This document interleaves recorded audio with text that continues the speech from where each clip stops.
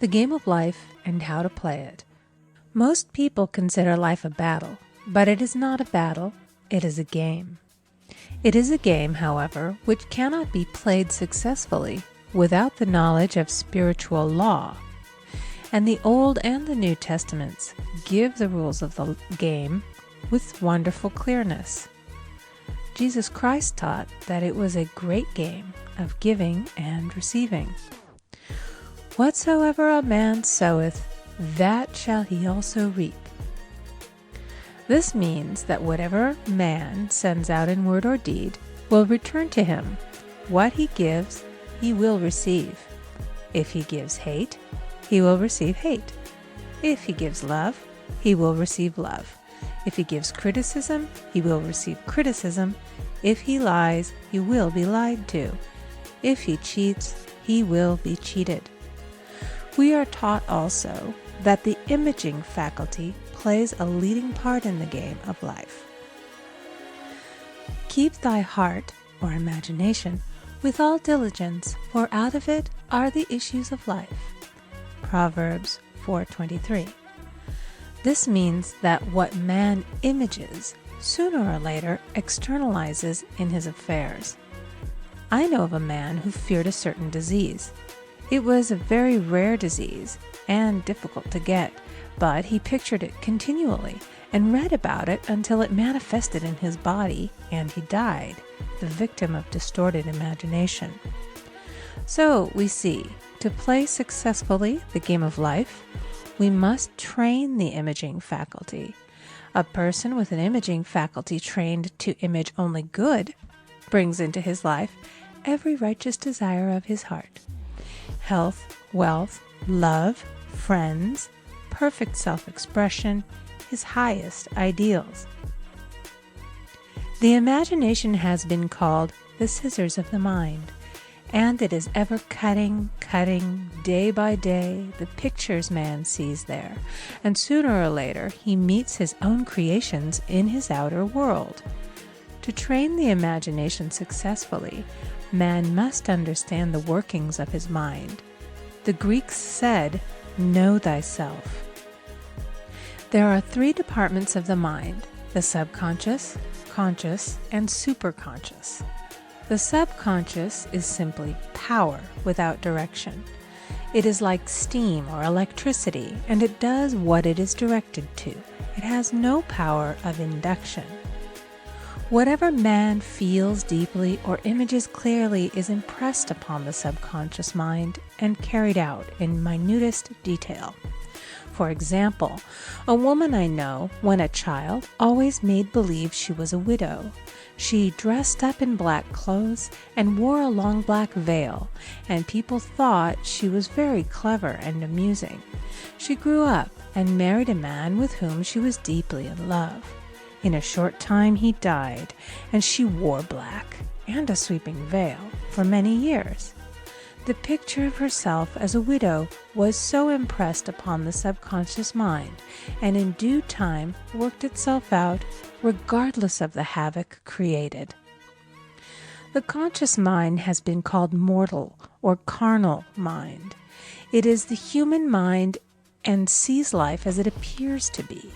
It sees death, disaster, sickness, poverty, and limitation of every kind, and it impresses the subconscious.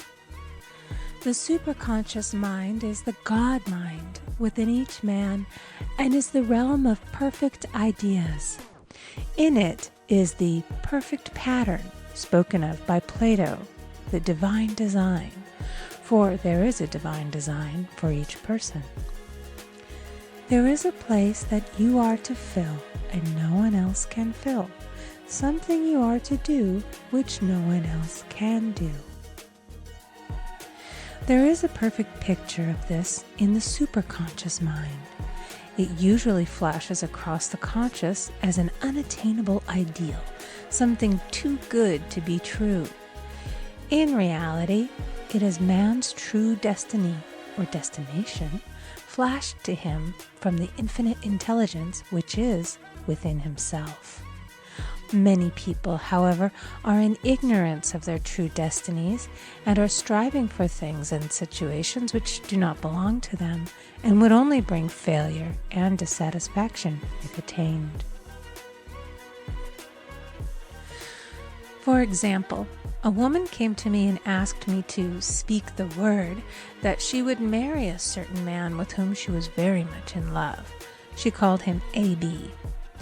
I replied that this would be a violation of spiritual law, but that I would speak the word for the right man, the divine selection, the man who belonged to her by divine right.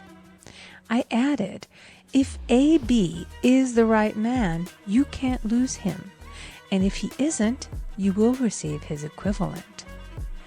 She saw A.B. frequently, but no headway was made in their friendship. One evening she called and said, "Do you know, for the last week, A.B. hasn't seemed so wonderful to me." I replied, "Maybe he is not the divine selection. Another man may be the right one." Soon after that, she met another man who fell in love with her at once and who said she was his ideal. In fact, he said all the things that she had always wished A.B. would say to her. She remarked, it was quite uncanny. She soon returned to his love and lost all interest in A.B. This shows the law of substitution. A right idea was substituted for a wrong one. Therefore, there was no loss or sacrifice involved. Jesus Christ said, "Seek ye first the kingdom of God and his righteousness, and all these things shall be added unto you." And he said the kingdom was within man. The kingdom is the realm of right ideas, or the divine pattern. Jesus Christ taught that man's words played a leading part in the game of life. By your words ye are justified, and by your words ye are condemned. Many people have brought disaster into their lives through idle words. For example, a woman once asked me why her life was now one of poverty, of limitation. Formerly she had a home, was surrounded by beautiful things, and had plenty of money. We found she had often tired of the management of her home and had said repeatedly, "I'm sick and tired of things. I wish I lived in a trunk." And she added, "Today I am living in that trunk." She had spoken herself into a trunk. The subconscious mind has no sense of humor, and people often joke themselves into unhappy experiences. For example, a woman who had a great deal of money joked continually about getting ready for the poorhouse. In a few years, she was almost destitute, having impressed the subconscious mind with a picture of lack and limitation. Fortunately, the law works both ways, and a situation of lack may be changed to one of plenty. For example, a woman came to me one hot summer's day for a treatment for prosperity. She was worn out, dejected, and discouraged. She said she possessed just $8 in the world. I said, "Good, we'll bless the $8 and multiply them as Jesus Christ multiplied the loaves and the fishes." For he taught that every man had the power to bless and to multiply, to heal and to prosper. She said, "What shall I do next?" I replied, "Follow intuition. Have you a hunch to do anything or to go anywhere?" Intuition means intuition, or to be taught from within. It is man's unerring guide, and I will deal more fully with its laws in a following chapter. The woman replied, "I don't know. I seem to have a hunch to go home. I've just enough money for car fare." Her home was in a distant city and was one of lack and limitation, and the reasoning mind, or intellect, would have said, "Stay in New York and get work and make some money." I replied, "Then go home. Never violate a hunch." I spoke the following words for her. "Infinite Spirit, open the way for great abundance for She is an irresistible magnet for all that belongs to her by divine right." I told her to repeat it continually also. She left for home immediately, and calling on a woman one day, she linked up with an old friend of her family. Through this friend, she received thousands of dollars in a most miraculous way. She has said to me often, "Tell people about the woman who came to you with $8 and a hunch." There is always plenty on man's pathway, but it can only be brought into manifestation through desire, faith, or the spoken word. Jesus Christ brought out clearly that man must make the first move. Ask, and it shall be given to you. Seek, and ye shall find. Knock, and it shall be opened unto you. Matthew 7:7. In the scriptures we read, "Concerning the works of my hands, command ye me." Infinite intelligence, God, is ever ready to carry out man's smallest or greatest demands. Every desire, uttered or unexpressed, is a demand. We are often startled by having a wish suddenly fulfilled. For example, one Easter, having seen many beautiful rose trees in the florist's windows, I wished I would receive one, and for an instant saw it mentally being carried in the door. Easter came, and with it a beautiful rose tree. I thanked my friend the following day and told her it was just what I had wanted. She replied, "I didn't send you a rose tree. I sent you lilies." The man had mixed the order and sent me a rose tree simply because I had started the law in action and I had to have a rose tree. Nothing stands between man and his highest ideals and every desire of his heart but doubt and fear. When man can wish without worrying, every desire will be instantly fulfilled. I will explain more fully in a following chapter the scientific reason for this and how fear must be erased from the consciousness. It is man's only enemy. Fear of lack, fear of failure, fear of sickness, fear of loss, and a feeling of insecurity on some plane. Jesus Christ said, "Why are ye fearful, O ye of little faith?" Matthew 8:26. So we can see we must substitute faith for fear is only inverted faith. It is faith in evil instead of good. The object of the game of life is to see clearly one's good and to obliterate all mental pictures of evil. This must be done by impressing the subconscious mind with a realization of good.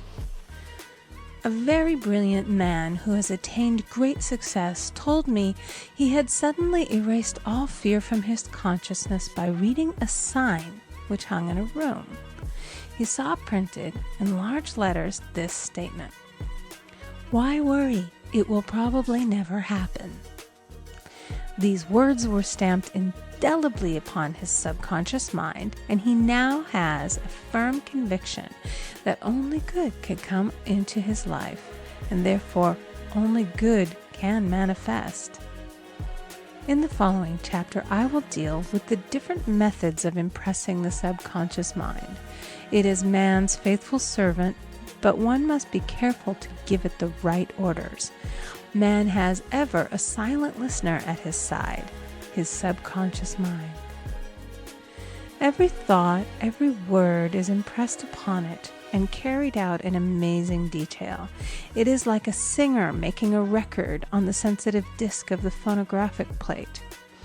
Every note and tone of the singer's voice is registered. If he coughs or hesitates, it is registered also. So let us break all the old bad records in the subconscious mind, the records of our lives which we do not wish to keep, and make new and beautiful ones. Speak these words aloud with power and conviction. I now smash and demolish by my spoken word every untrue record in my subconscious mind. They shall return to the dust heap of their native nothingness, for they came from my own vain imaginings. I now make my perfect records through the Christ within, the records of health, wealth, love, and perfect self-expression. This is the square of life, the game completed. In the following chapters, I will show how man can change his conditions by changing his words.